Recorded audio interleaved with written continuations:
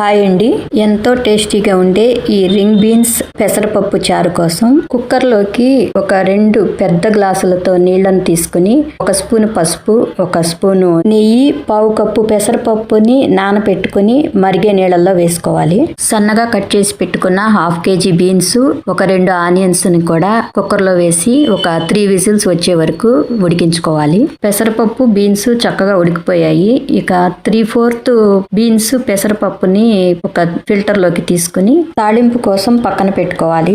ఒక 1/4 మాత్రం కుక్కర్ లో అలాగే ఉంచి పెద్ద సైజు టమాటోస్ 2 వేసి ఉసిరికాయ సైజులో నానపెట్టుకున్న చింతపండు నీళ్లను కూడా పోసుకుని అవసరమైతే ఇంకొంచెం వాటర్ను పోసుకుని కొద్దిసేపు మరిగించాలి. ఈ లోపు మనం 1 టీ స్పూన్ ధనియాలు, ఒక 8 నుంచి 10 వరకు మిరియాలు, 1 స్పూన్ జీలకర్ర వేసి రోట్లో కొంచెం కచ్చా పచ్చాగా దంచాలి. 1 గుప్పెడు వెల్లుల్లి, ఆ తర్వాత 1 గుప్పెడు కరివేపాకు కూడా వేసి కొంచెం దంచుకోవాలి.